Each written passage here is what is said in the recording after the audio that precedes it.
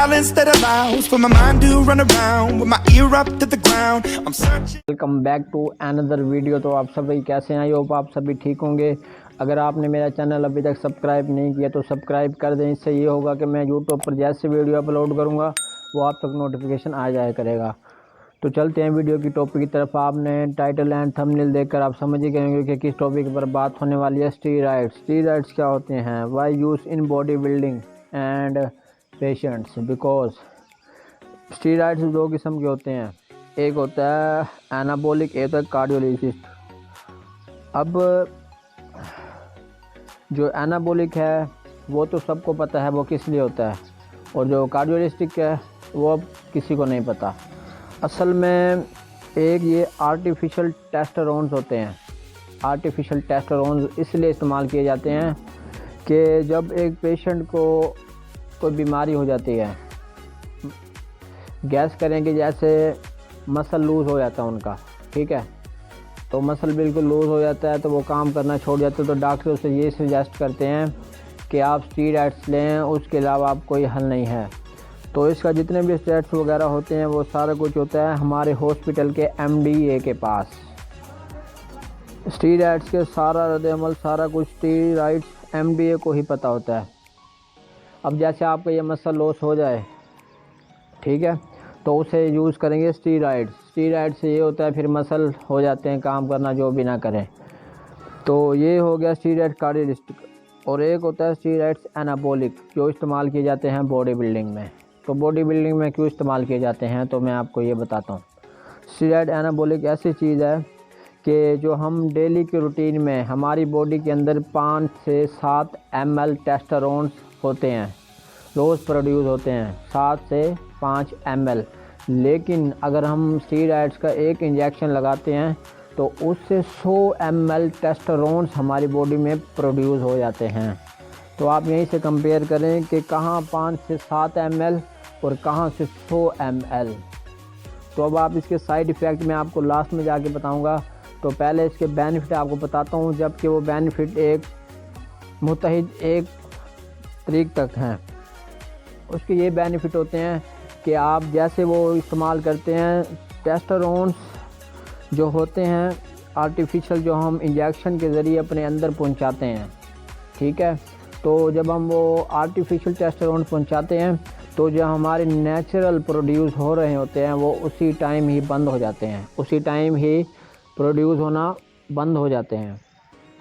तो अब इसके साइड इफ़ेक्ट ये हैं कि अगर आपका मसल 17 इंच का है, अगर आप उसमें स्टीरॉयड्स करते हैं तो वो 20 से 22 का हो जाता है। और जब आप स्टीरॉयड लेते हैं तो आपकी full body gain, muscle gain unbelievable हो जाती है, जिससे लोग देख कर कहते हैं वाओ अमेजिंग। बट इसके पीछे भी बहुत बड़ा रीज़न होता है जो होता है स्टीरॉयड्स। स्टीरॉयड्स के बेनिफिट भी हैं और साइड इफ़ेक्ट भी हैं।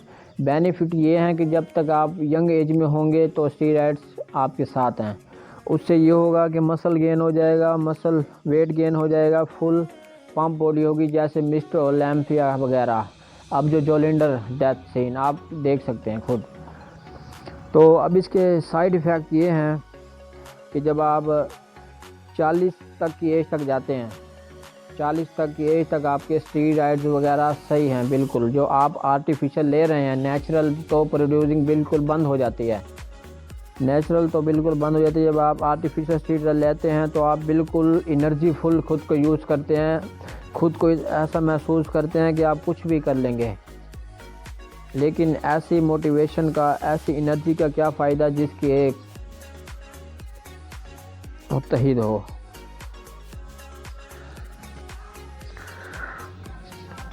मगर ये जवान नहीं जानते कि स्टीरॉयड्स के साइड इफ़ेक्ट क्या हैं।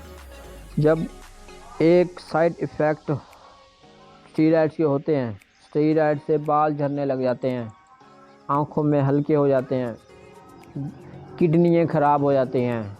जब इंसान 35 से 40 की उम्र क्रॉस करता है तो मसल वगैरह जो उन्होंने स्टीरॉयड से बनाए हुए होते हैं वो सब ख़त्म, सब कुछ लूज़ हो जाता है। ये होते हैं स्टीरॉयड के साइड इफ़ेक्ट। अगर आप नेचुरली फूड से टेस्टोस्टेरोन बनाना चाहते हैं तो अच्छी डाइट लें। एग्स वाइट, ये देखो कि वे प्रोटीन भी एक अच्छा सोर्स है मसल बिल्ड के लिए। एनाबॉलिक्स तो उसमें होते हैं लेकिन वो एक हद तक होते हैं। अगर एक स्कूप भी लें तो उसमें मैक्सिमम तो प्रोटीन होता है, एनाबॉलिक्स ज़्यादा नहीं होते। जब आप स्टीरॉयड लेते हैं तो उसमें सारा एनाबॉलिक होता है, जिस वजह से आपके फ़िलहाल तो मसल बिल्कुल हो जाते हैं टाइट बिल्कुल, लेकिन उनकी एक डेट होती है। जब इंसान 35 से 40 साल का होता है तो वो स्टीरॉयड्स के साइड इफ़ेक्ट होना शुरू हो जाते हैं। बाल झड़ने लग जाते हैं, आँखों की रोशनी वगैरह बिल्कुल कम होने लग जाती है। मैं तो आपको यही सजेस्ट करूँगा कि स्टीरॉयड वगैरह इस्तेमाल ना करें। अगर आप एक नेचुरल एक अच्छी फिज़िक्स बनाना चाहते हैं तो ये थी आज की वीडियो, स्टीरॉयड के बेनिफिट्स एंड साइड इफ़ेक्ट्स। यकीनन आपको वीडियो अच्छी लगी होगी। अगर वीडियो अच्छी लगी है तो चैनल को सब्सक्राइब प्लीज़ कर दें, आपकी सपोर्ट की नीड है। तो अब आपको मिलते हैं नेक्स्ट वीडियो में। Take care, bye.